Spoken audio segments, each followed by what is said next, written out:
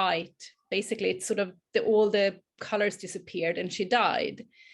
And that book made the opal mining industry like basically lose its profits with 50% for the next 20 years.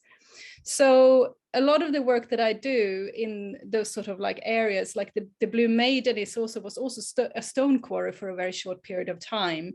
But because of the difficulty of that island and other things, it didn't really kind of continue, and it's now a nature reserve.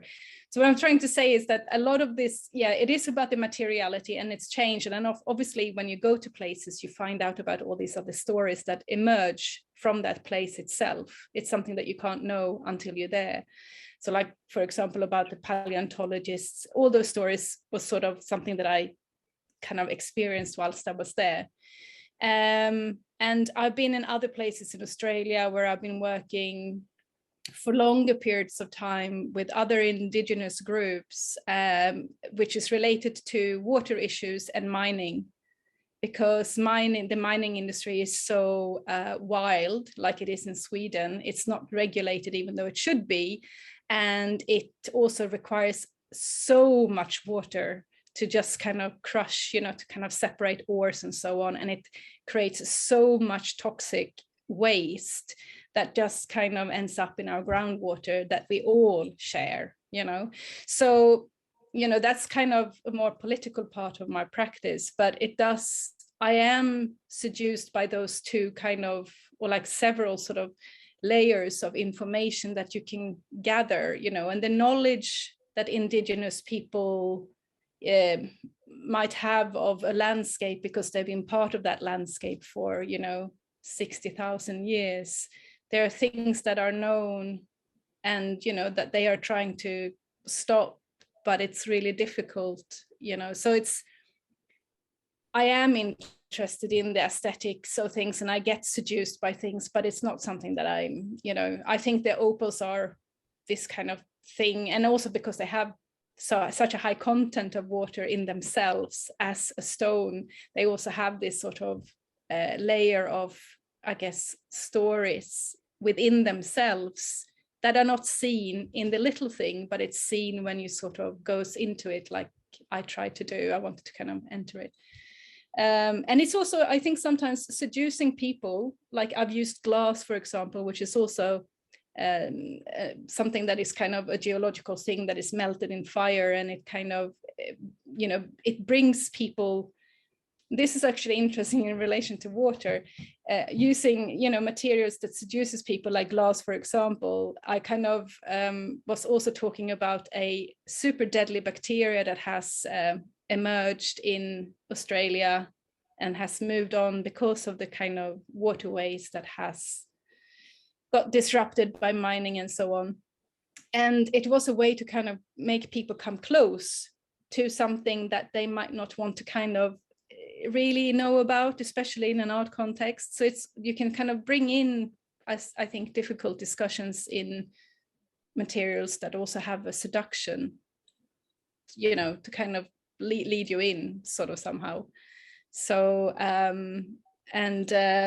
when I was working with glass, I also was reading a lot about the shininess that apparently as human beings we are incredibly attracted to shininess and glittery stuff, and it's apparently something that sits in an ancient DNA in ourselves that is actually related to water, that this need for our bodies cannot survive without water, and therefore anything that glitters or shines is this sort of like, it's like some sort of relationship to understanding that might be water. So if that makes sense. So I'm interested in kind of using these sort of materials that can seduce and bring in other questions and talk about wider issues that concerns all of us, but also looking at for example, how superstition and myths can also change our behavior because we get scared. So it's this sort of, something that is still active today. People are still superstitious, and maybe we are just not connected to things like Don was talking about as well. There's a lack of ritual perhaps in our lives today. That sort of, yeah, this idea of fear or just being able to reject something is easier. I don't know if that answered your question. It did, and way beyond as well. I'm writing furiously here. That sort of philia phobia response and this question of emerging properties. We only have probably 5 minutes left, and thank you so much. All these conversations are, as Maria says, really we hope to continue, and this is really just the beginning of what I hope will be much more wider and continued practices, and also the luxury of staying in this process for a whole weekend, where I think some of these themes will emerge and or become in themselves emerging properties as we sort of work through. Thinking of sparkle and all things beautiful, I just wanted to briefly thank again Grace Wells for her beautiful film. And Grace, I don't know if you wanted to add any comments to that, and do apologize about the sound quality, which wasn't wonderful. But I was just so aware of the kind of sense of the timeline receding, and both kind of, it felt timeless somehow in that sense of the kind of expanding and retracting periphery that you captured in that. So I just wondered if you'd like to say anything or add, or if anyone has any questions or thoughts on that film for Grace. Thank you. Can you hear me? Yes, we can. Yeah. Great. No, to be honest, I don't. I'm just delighted to have been here this afternoon and to have listened to everyone. It's completely opened my practice in so many ways and echoed so many of the things that I've been thinking about, but also pushed me in new directions. So that's really exciting. But yeah, I don't actually have anything really to say. I suppose the wonderful thing about making that film is it crystallized the day. I'm just talking about water and crystallization. Having that footage there just really held something which was entirely transitory and fleeting and beautiful. So I'm really delighted to have the footage of that day, because it was quite extraordinary what the water was doing in the foam. So yeah, so really that's kind of all I would say for now, but thanks for asking me. Thank you, Grace. And I just wanted, well, two things really. Don answered the question from before. So we now know St. Justinian is from the 5th of December and also the 23rd of August. So we should probably mark that in the calendar for next feast days. And also, yes, very much a presence with us, but not here physically today, is Christina Kfama. And Christina is part of the Creevagh group. And Christina, Maria and I have shared a kind of walking practice that we started, I suppose, in COVID times, and we did that as a sort of regular Friday kind of spiral, I think was the best way to talk about it. And it's really been interesting for us to see how long that has gone. So somehow, like that tide line, it has been non-contractual, if that's the right word, but has really brought us into probably a very long, thin and continuous line of site investigation and sharing those encounters on a Friday through walking and sort of WhatsApp messaging around our encounters with land. So I just wanted to kind of acknowledge her here today.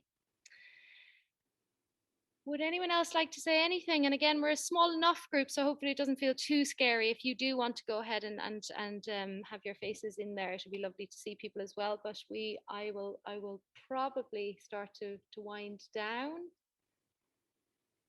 And again, just to say again, a huge thank you. And I think, Grace, you're right. I feel quite inspired, and like this has taken me in a new wave, a new direction.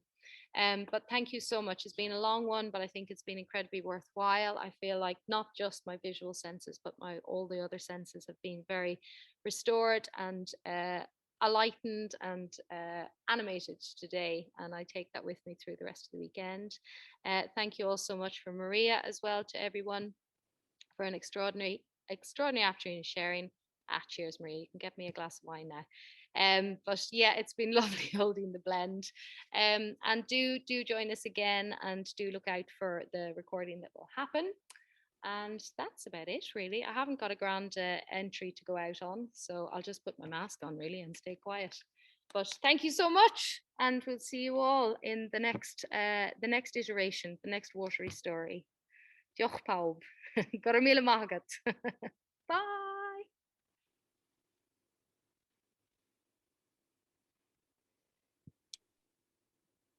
Bye.